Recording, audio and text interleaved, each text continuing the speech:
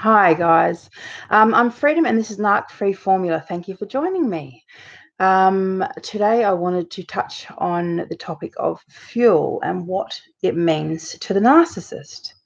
And once you understand this, you will understand the narcissist so much more than you did before. Just quickly, while this applies also for sociopaths and psychopaths, it is slightly different for those with the antisocial personality disorder.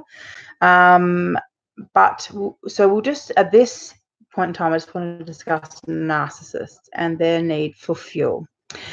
So narcissists are known to think highly of themselves. However, they actually have a very low sense of self-worth and self-esteem. So they need things around them and people around them that prop them up and that make them feel good about themselves. So, for example,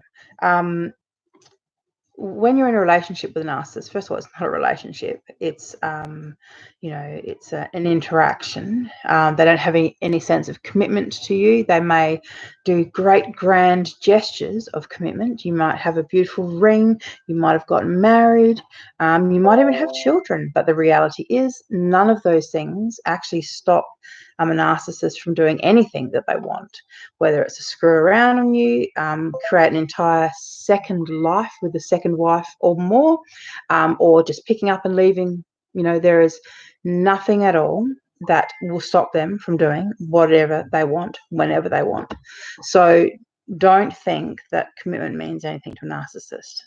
It's just an act. You have to remember that. So fuel is what they get from us. They get it from us and they get it from the general public.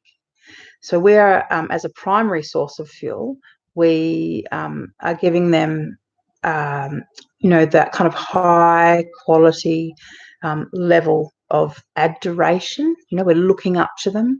We are believing in the character that they've created. So for example, when I met my soon-to-be next, he put on a white knight in shining armor act, or that song Bonnie Tyler's Holding Out for a Hero. I remember that song was a song that I was actually playing kind of around that time. It had come out in the movie Bandits. And so I was loving that movie, loving that song, and it gave him a really good insight into what I was looking for. And that was, holding out for a hero. So he came in acting like he was my hero. He was the big man. He was the protector. He was the one who wasn't going to anything bad ever happen to me. He was always going to have my back and support me. It was me and him against the world. All of those kind of cliches. And the thing is, I was younger and I fell for it. I fell for it and I gave it all back to him. All the fake adoration that he gave to me, I gave back to him. When he said to me, I've never felt like this about any other woman and you make me feel this, that, whatever, I in turn told him all those things too. I said, I've never met a man like you and I've never felt like this. And it's when you are seriously deficient in self-esteem and self-worth, and someone that you admire and know is better than you, because this is it, narcissists will pick victims who they know the victim is better than them, whether they're better looking, wealthier, smarter, have more, they're known throughout the community, whatever, on the grand scale of things, they are up here and the narcissist is down here. And the narcissist knows it. So it makes them feel really good and really clever to kind of get one over someone who's above them. And not just get one over, to get that person who's so far out of their league to get that person so tightly wrapped around their little finger that they will do anything for the narcissist. I mean, literally, I would have done anything for him, and I did do anything he wanted, and that's why we were together for 14 years. But the thing is, my needs were never met. He showed me no compassion and no loyalty at all. And when push came to shove, when it literally push came to shove at the end, and he'd lined up new supply, that was when I realized, until that day that I saw him betray me, and not just betray me, but literally just kind of, I suppose, forget about, 14 years of adoration, love, lust, being a good, faithful, loyal wife who had done everything for him and anything for him that he wanted. For him to just kind of forget all of that and all of a sudden be throwing new supply in my face, going, "Oh, well, look what I've got now," to hurt me, deliberately to hurt me.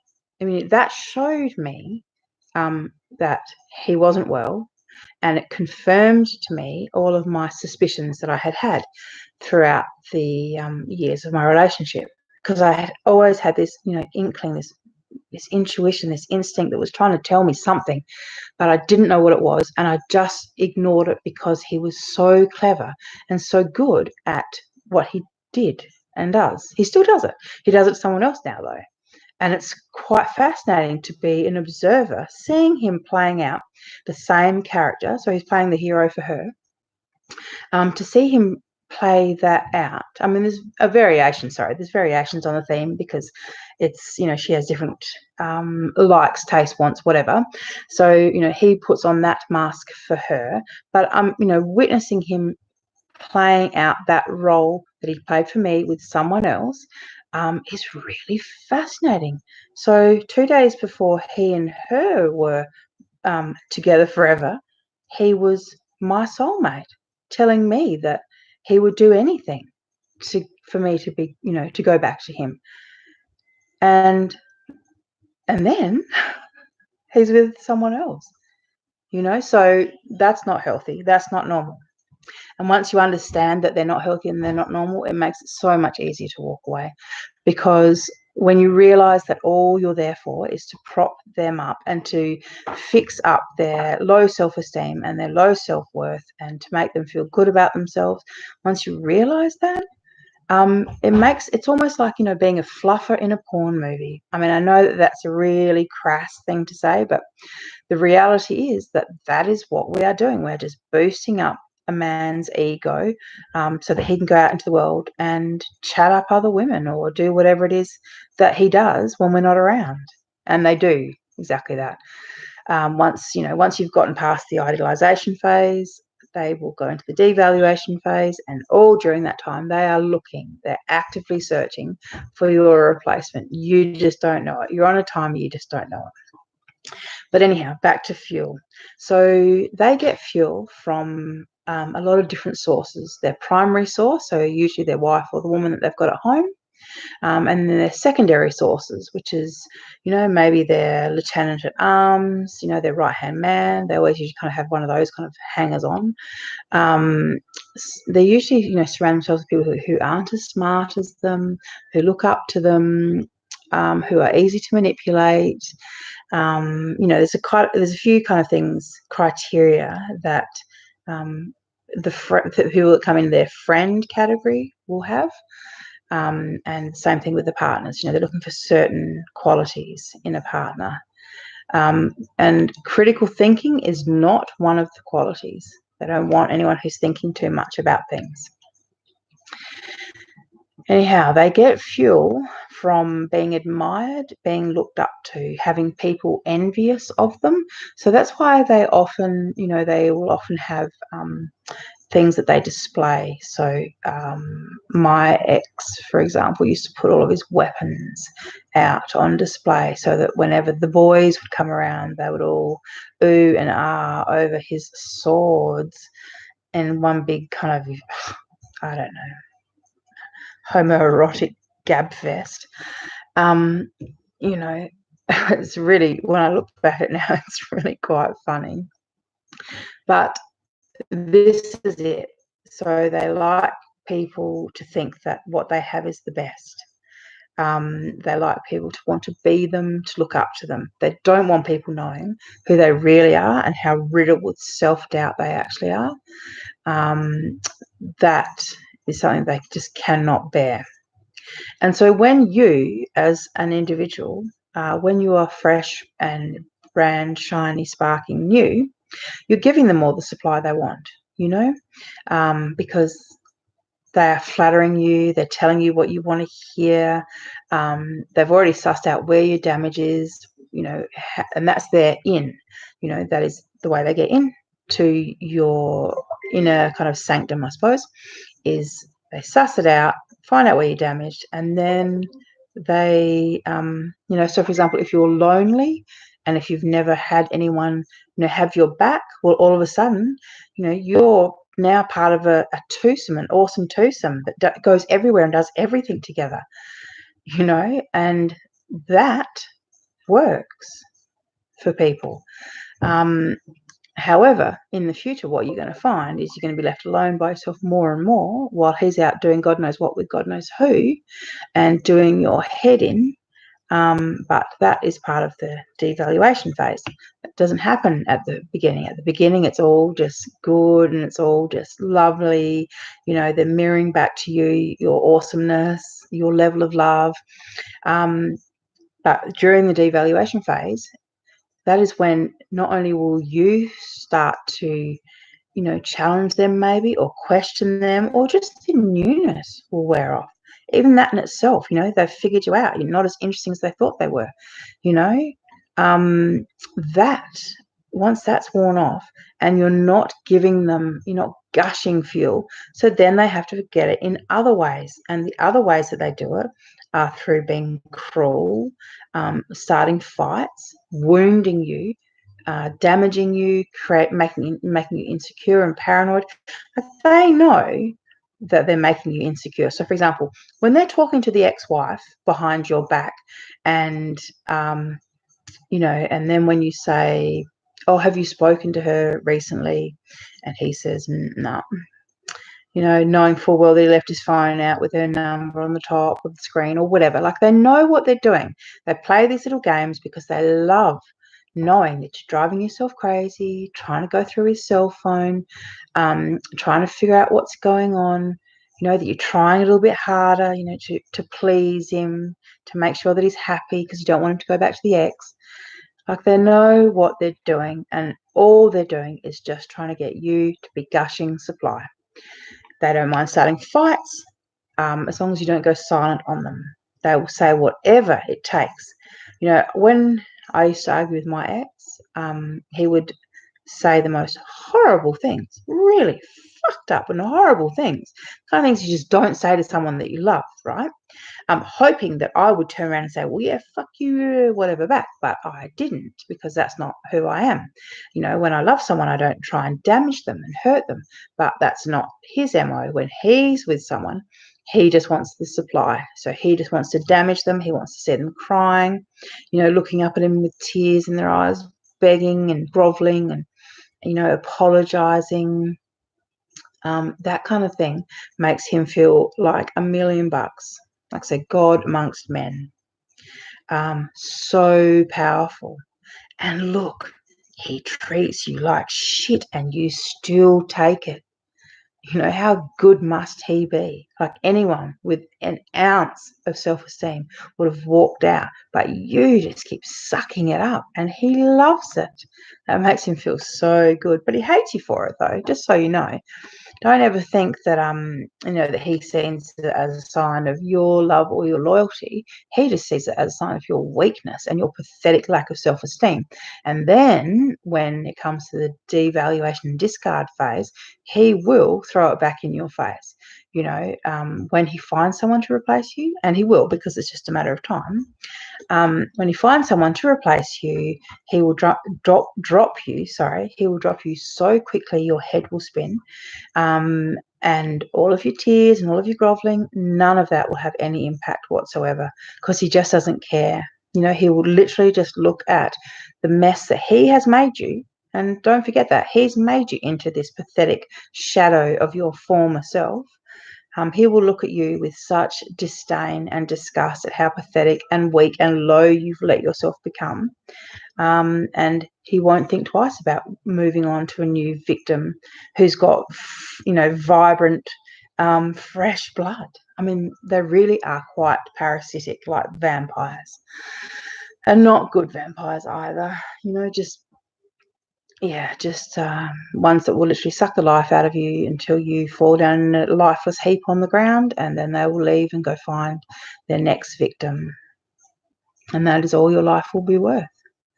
And some people never recover. This is the other thing. Some people never recover from being with a narcissist, being drained on the daily, being, told that you're nothing and you're never going to be anything, and, that you're worthless, or that everything you do is wrong, nothing's good enough, all those things. That affects people's mental health and their self-esteem. And the worst part about it is, they figure out how to get the energy. So this is a cycle that I've seen. So, for example, if you've got someone who cuts themselves, okay? So your narcissist will make you so stressed, so anxious, so nervous, so unsure of yourself, so everything, that you're going to start self-harming again. But then they're going to swoop in and go, oh, no, don't do that. Baby, don't do that. And kiss where you got your scars, and, try and heal you and love you. But the thing is, they're not actually trying to heal and love you at all. They're just trying to be the hero. So you go, no one's ever cared about me like that before, And this is this kind of facade of a relationship that is so shallow and superficial. But as long as you're acting the way they want you to act, they'll let you stay, like they'll let you hang around. As I said, but don't think that when they find something better, or when one of the exes, is in town, don't think for 1 minute that they're not going to go there, because they will. They often recycle the exes. If the ex will take them back, they'll go. Because it's all just about supply to them and whatever makes them feel good. And it's easiest. And right now you're easy, but, as you get older and wiser, and as you wake up to the tricks, you're going to start questioning their behavior, the narcissist behavior, and you might start challenging some of the behavior. And as you do that, well, you're not being so easy anymore. That's when you're going to find the devaluation and discard will kick in.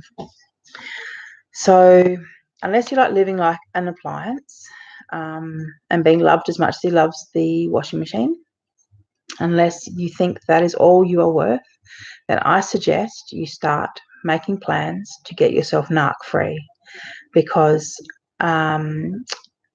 it literally, they don't get better. It's never going to get any better. The best that it's ever been was when you were first together. So remember back to the beginning phase, the love bombing phase, that was the best that it's ever going to be. Each time you try and escape and go back, he will take that on as a narc injury. He's already been injured because you've already done it. So each time you come back, he will go straight to the devaluation stage again. You might have the love bombing for a night or two. If you're lucky, might only be one night. Just enough to get you back on the end of, I was about to say something really crass then. But, I mean, you get the gist of it. Where he wants you back where you are. Like I said, back in your little corner, powerless, being his whipping boy, taking whatever he can throw at you, boosting his self-esteem when it suits him, someone there to keep him distracted from the reality of himself. Because this is the other thing, Fuel in part keeps the construct alive. So they've created this construct of this, character that they're pretending to be. And when you're believing and buying into that, you're reaffirming that to him. So he's putting on this facade of being a big, brave, macho man. And you're going, oh, you're such a brave, macho man. And he goes, yes, I am a brave, macho man. Thank you for noticing. But in actual fact, when you've been with a narcissist for X amount of years, you're going to realize he's not actually a brave macho man at all. He's actually a scared little boy.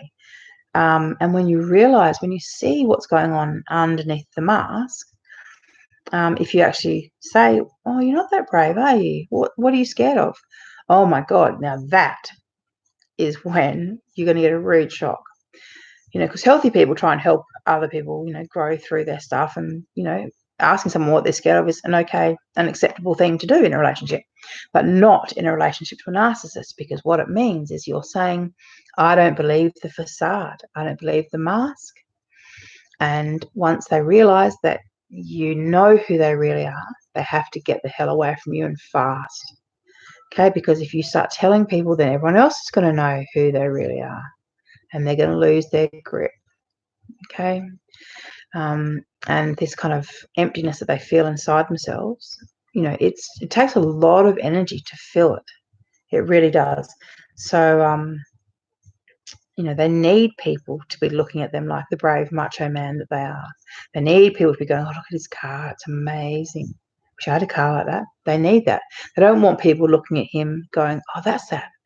Do you remember that little guy that, he did this and that, and he was a snitch, and he went and spoke to the police, and they don't want the reality of who they really are getting out. They can't handle that reality. So they need to go back to their criminal macho performance, or whatever it is. They all have different masks and personalities and characters that they play. It's quite fascinating, really. It's not healthy, though. Anyhow, fuel. Yep. You don't want to be narcissistic fuel. And the only way you can do that is grey rock or no contact.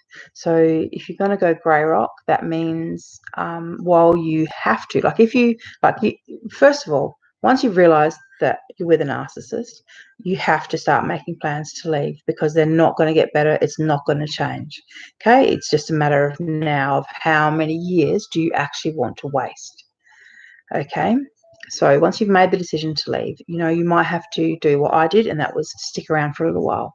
But what I did to deal with my own sanity, like to help myself stay sane, was I initiated grey rock. So I gave him the minimal amount of attention and energy.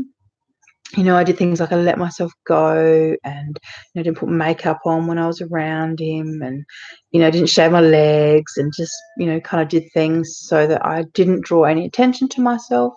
And as I said, when he spoke to me, I'd give him kind of monosyllable answers. I certainly didn't get into arguments with him or give him lots of energy that way, because they love it. They absolutely love that stuff. So yeah, grey rock, and then once you're free, go no contact. It's the only way. Life is a lot better when you're narc free. All right, my darlings, I'm going to leave it there.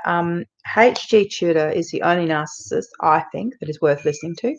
And he's got a fantastic book. I was just showing the cover before. It's called Fuel, and he actually goes through a whole lot of different scenarios and explains how the narcissist gets fuel from each individual person in the individual case and scenario. So that's quite fascinating. Okay, get narc free and stay narc free. Bye.